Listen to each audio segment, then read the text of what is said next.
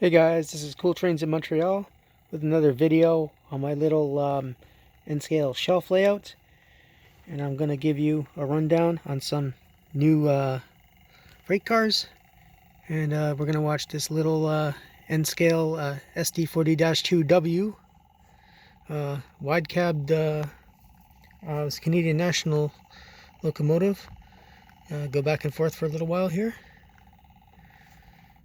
And we got a lot of freight cars to have a look at today. Some things that are really interesting on this layout. Also, I think I've shown these before, but these are really nice rescue fire truck, and it looks like a ladder truck or a pumper truck, both with the Ford C cabs.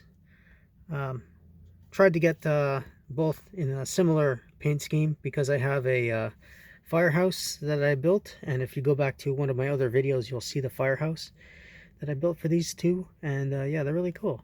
And also over here, a really old grill type bus from the late 60s, I would imagine. That's probably the latest that they would have been running, mostly from the 50s and 60s.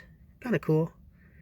I mean, I prefer the new look buses, but you can't get them in N-scale right now.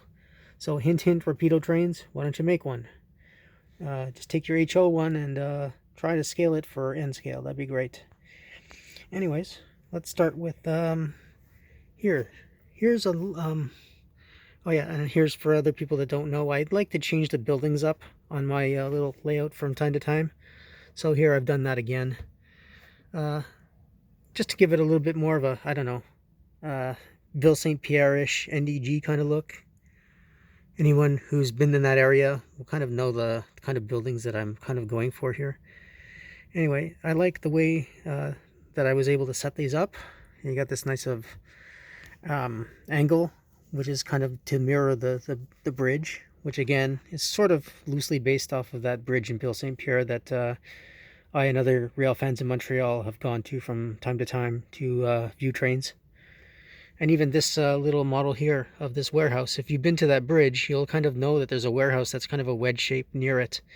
And I guess when I built this, it's kind of what I was going for. It's a more, not quite the model, it's not quite the building that's there, it's more of a metal, but just imagine what that building would have looked like maybe before in a brick version. That's what you'd have here. Yep, so anyway, I'll start on this side, and we'll have a look at this 60-foot double-door boxcar. Now, everyone in the Montreal area will know these, especially if you're a rail fan in the West Island. Yeah, these are everywhere, and it's got the iconic beaver shield I really like. This model is pretty faithful to what the boxcars look like before everybody drew on them. And they're everywhere, and they look really great. This is a company called LBF, I think, that made them. Really nice. The next car that I look at as I move this model out of the way is this Grand Trunk Western 2-bay PS1, I believe, or PS2. PS being Pullman Standard. That's the name of the company that made them. And this would be like a concrete car that would have like high density powders like cement or something like that. And you would see these if you had like a cement plant and had like those tall silos and stuff like that. You'd see these on the unloading apron. And I really like how GT Grand Trunk Western put that big logo on it. Really cool. And then I'll just look in the back first here. This is the Government of Alberta, what do you call it? Cylindrical hopper car. The Government of Alberta made their own cars, similar to how Saskatchewan did theirs. And Alberta, they have two versions of the car. They had their old Heritage Foundation car, which I will probably dig up from a long time ago. I have one version of the old Heritage Fund car.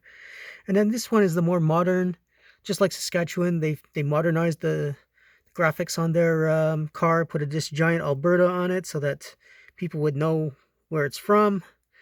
And they did this little take an Alberta break thing, and they put like a different town on each one of these cars, or a couple of towns. And so I don't know, they're trying to like boost local tourism. I can't see anyone going to this place based on a car that they see in a train, but well, whatever.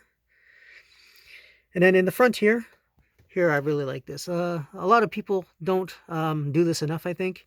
Let's find a flat car. This flat car is from Atlas. And I found this John Deere tractor. It's kind of like a backhoe or front hoe, whatever you call them. And the power shovel, I guess. And this is perfect size. And I don't think it was intended to be an N-scale model, but it was just a perfect size. So I got a whole bunch of these things. And I glued this one to the top of the flat car here so that it won't fall off. And it's just a load that's sitting here now. I could put like some kind of cables on it and stuff like that. Maybe we'll do that at some point to make it look a little more realistic, because they don't just sit there like that. They have some kind of restraint. But yeah, this was a really neat little project, and it was pretty easy, and it looks great. And I have like 2 of them. So the next one I have here is the standard Procar tank car. Now, people in the Montreal area will know these for sure. Procar is a Canadian company that does leasing for all kinds of freight cars, but they seem to be the most ubiquitous with these tank cars. So the tank car, this company is based in Toronto, so it's a Canadian prototype, I guess. And yeah, you see them for a lot of different cars. I would say the most prevalent are these tank cars, and also cylindrical hopper cars. Not so much for box cars, not so much for any other types of car, but I guess they would do. I see mostly tank cars and hopper cars. So next in the back here, British Columbia Railway. Now, everyone in the west of Canada will know British Columbia Railway. They had several different paint schemes. Most of their rolling stock now, their locomotives are in the red and white and blue. But before that, they used to have a 2-tone green lightning stripe scheme. And this boxcar is based off of that. So we have these 2 doors on the boxcar, and there are 2 different greens. I'm guessing that's done for a reason. They're plug doors, and I guess they wanted, you know, just to differentiate that there's 2 doors on this car.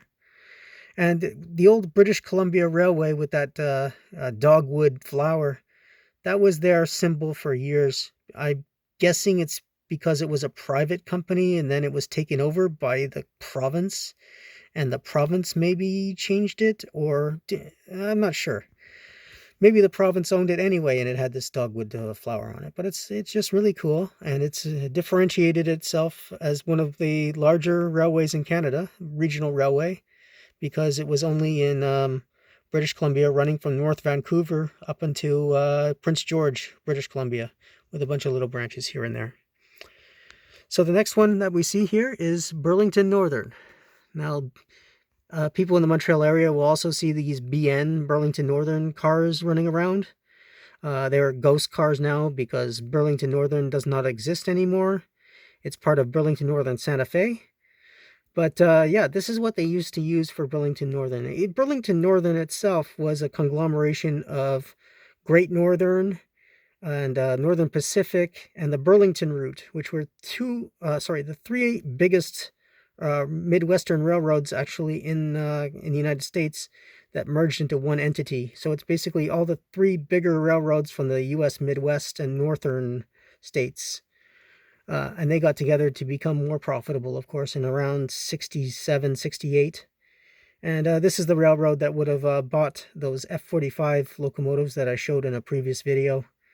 And this is the scheme. And for those of you that might not know, I was very much into Burlington Northern before I was into CN. And that was only because, well, it was harder to find Canadian national models at that time. And Burlington Northern, it was a Western railroad, and I figured it would be easier to find and to buy models at that time that were cheaper. And of course, at the time in the 80s, there was only a few railroads that had a lot of models. Burlington Northern had like every single model of locomotive you could think of, and they had a lot of rolling stock. So that's why I chose this one. Also, it's got a really neat logo. I mean, look at that BN. It's just another iconic logo of the 1970s and 80s, where a railroad would take some pride and throw up something that's like really gets your attention. And I love how they put the N in the middle of the B like that. It just shows some initiative and some good logo design. And the final one I want to show here, well, second to last one actually, is Montana Rail Link, another regional from the west. And I really like the blue in this. Now, what really got me interested in this railroad was I saw a model railroad in Model Railroader magazine in the early 80s. It was, sorry, not early, but more like 88, I guess, 87. That had a guy in New Zealand that was painting N-scale models of the Montana Rail Link, and he did a really great job on them, and he had like nice mountain railroad and everything like that. It looked really cool.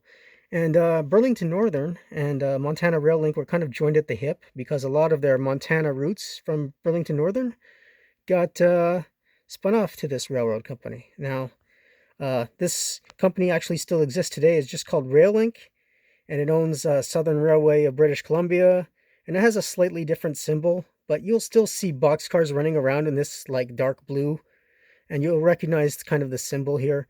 The stripes also have like kind of a stylized lion on the side that you'll see later on in some other video. But yeah, it's this company still exists, and they still use mostly the nice blue, those stripes too, to some extent, and that font not so much anymore, but I just love that font. It's just really cool. I love how they have the stripes at the bottom, that little red in the Montana, and the blue. It just looks great. And the last thing I want to show is, in a previous video I had mentioned Ann Arbor.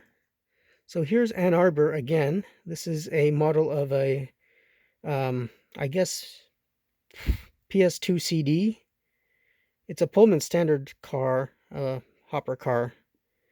But what's interesting here is I want to mention that the Ann Arbor system does still exist. And they do still have at least one locomotive painted in this really nice orange scheme.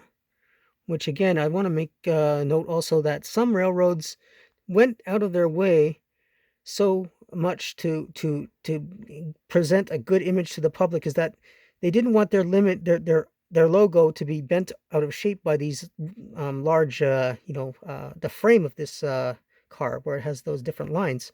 So they went and they put a piece of metal there, and then they painted it up. So, I mean, that wasn't every railroad that did that, but this one went to the extent of not wanting their logo to be all warped by the ribs, which is pretty cool. Yeah, I really like this car. So this railroad still exists today. If you go to the Ann Arbor Railroad website, it says that it's a part of Watco, this other holding company, and they do have a picture of an orange locomotive in this paint scheme with just what I have here, the AA and the stylized image there of a lake ship. Yeah, so that's really cool. Yeah, so as this video has gone pretty long, so what I'm going to do is now just let you go. I want to say thank you very much for watching, and as always, please subscribe to Cool Trains in Montreal if you like what I do. Have a good day.